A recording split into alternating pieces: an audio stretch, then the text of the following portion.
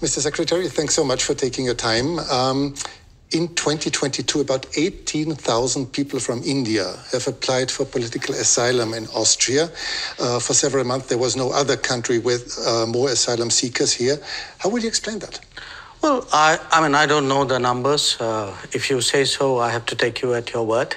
But my sense is that when it comes to irregular migration, sometimes, because these are done by syndicates and gangs, you never know where they end up with. I think what's important is not what happened in the past. It is that we have a commitment to ensure that movement and mobility is legal. We would like a regime, an agreed regime for that. It's good for the global workplace. It's good for the Austrian economy. And we have, that's one of the outcomes of my visit to Vienna. Another outcome is that you have assured Austria's foreign minister that India will take back all of the citizens who will not get asylum in Austria, which will probably be almost 100%. How fast will this happen? Look, in terms of our citizens, if they're proven to be our citizens, we obviously have an obligation in that regard. But what is important for us is to validate the fact that if there's somebody who's staying illegally, that they are our citizens. If there are citizens, usually we work it out between the governments concerned. I can't give you a time frame on it because it depends on what is the level of proof that is provided for us and what are the preparations on the Austrian side. So you did not agree on a time frame today? No, we didn't. Frankly, we didn't get into that kind of discussion. That is for the immigration people to decide. As foreign ministers, what we did was to work out an agreed mobility and movement regime. So we were looking for solutions. We weren't into the details of returnees' problem. That there are other people whose jobs it is to do that. Let's talk about the war in Ukraine. As you are well aware, the whole world noticed that India, as a very influential country, has never publicly condemned Russia's assault and invasion into a neighboring country.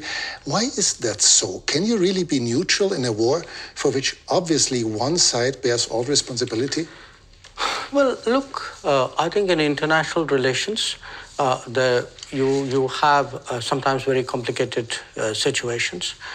And where we are concerned, we have always taken the position that the way out is for the countries concerned to get back to dialogue and to diplomacy. I'll come to that soon, but is this a complicated situation? Is this really complicated? There's just one big country invading its neighbor. No, look, I can give you many instances of countries who have violated the sovereignty of another country. If I were to ask where Europe stood on a lot of those, I'm afraid I'll get a long silence. So do understand one thing. At the end of the day, we make judgments in foreign policy based on what we think are our long-term interests and what is good for the world. But you and Prime Minister Modi have already said that regularly call on both sides to stop the war and to negotiate. However, can one really urge Ukraine to stop defending itself? After all, there are no Ukrainian tanks in Russia. There are Russian tanks and planes and missiles destroying Ukraine. I think that's a bit of a misrepresentation. I think what we do is to say, get back to dialogue and diplomacy. There was dialogue and diplomacy in the early days of the conflict. So it's not that it didn't happen. So it's not for us to put conditions and to say this country is equal to that country. That's your judgment. But shouldn't you urge Russia to stop the war? I think we have been very clear that this conflict is not in anybody's interest, including theirs. But you wouldn't say it more explicitly? I'm a diplomat. It is my job to conduct foreign policy which serves my national interests and which serves what I believe is a long-term pathway towards peace and dialogue. Let's talk about India's interests. India does not take part in Western sanctions against Russia, but has increased its imports from Russia 5 times since the war began. By this, are you not helping Moscow? Are you not financing Russia's war? Europe imported in the same period 6 times the energy which India did. So Europe decreased its imports a lot and dramatically since the war started. You multiplied yours. No, essentially, if it is a matter of principle, why didn't Europe cut on the first day? Why didn't we see on 25th of February a complete cutoff of energy imports from Russia?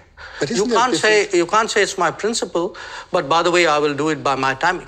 Okay, but isn't it the difference between decreasing your imports but still making sure that Europe is not freezing to death in the winter, or just increasing your imports by 5 times? No, Europe has managed to reduce its imports while doing it in a manner in which it is comfortable for Europe. Comfortable? It's manageable. It's manageable. Maybe a little bit of an It's manageable. Now, if at 60,000 euros or whatever is your per capita income, you are so caring about your population. I have a population at $2,000. I also need energy. I'm not in a position to pay high prices. The price of oil has doubled. So, and what Europe is doing is also moving into the Middle East and diverting production out of the Middle East into Europe and raising prices. So European actions actually are putting pressure on the global oil markets and on my imports as well. So I think it's something which, if European political leadership understandably would like to soften the impact on their population, I think it's a privilege they should extend to other political leaderships as well. Are you reluctant toward Moscow as well, because Russia is India's most important supplier of weapons and military equipment? And therefore? Are you reluctant to criticize Moscow? No, I think, look, we have a relationship with Moscow. We've had a long-term relationship with Moscow. I think it's important to look at that history of the relationship. It was a relationship built in a period when Western democracies used to arm a military dictatorship called Pakistan and deny India defensive weapons. So if we are talking about principles, let's talk a little bit of history out here. So how did the Indian exposure to Russia and previously to Soviet Union get built up? Because the Western democracies, for whatever reason, decided that their natural partner in our part of the world was a military dictatorship. Would you consider India an ally of Russia? No, I think India doesn't. We are an independent country. We do not define ourselves or perceive ourselves in alliance terms. That's very much a Western terminology. It's not a term that we use. Before you said you're a diplomat, but several weeks ago you called Pakistan, your neighbor, the epicenter of terrorism. Well, I did it again today without using the word Pakistan. Yes, and this doesn't sound very diplomatic, does it? No, because you're a diplomat doesn't mean you're untruthful. I could use much harsher words than epicenter. So believe me, considering what has been happening to us, I think epicenter is a very diplomatic word, because this is a country which has attacked the Parliament of India some years ago, which attacked the city of Mumbai, which went after hotels and foreign tourists, which every day sends terrorists across the border. But of course not as a country. Well, if you control your sovereign space, which I believe they do, if the terrorist camps operate in broad daylight in cities with recruitment and financing, can you really tell me that the Pakistani state doesn't know what's going on? Especially if they're being trained in military-level combat tactics. So, when we speak about judgments and principles, why don't I hear sharp European condemnation of these practices which have been going on for multiple decades? Does the world have to be concerned that there someday will be a war between India and Pakistan? I think the world has to be concerned that there is terrorism going on, and the world often looks away. The world often feels it's not my problem because it's happening to some other country.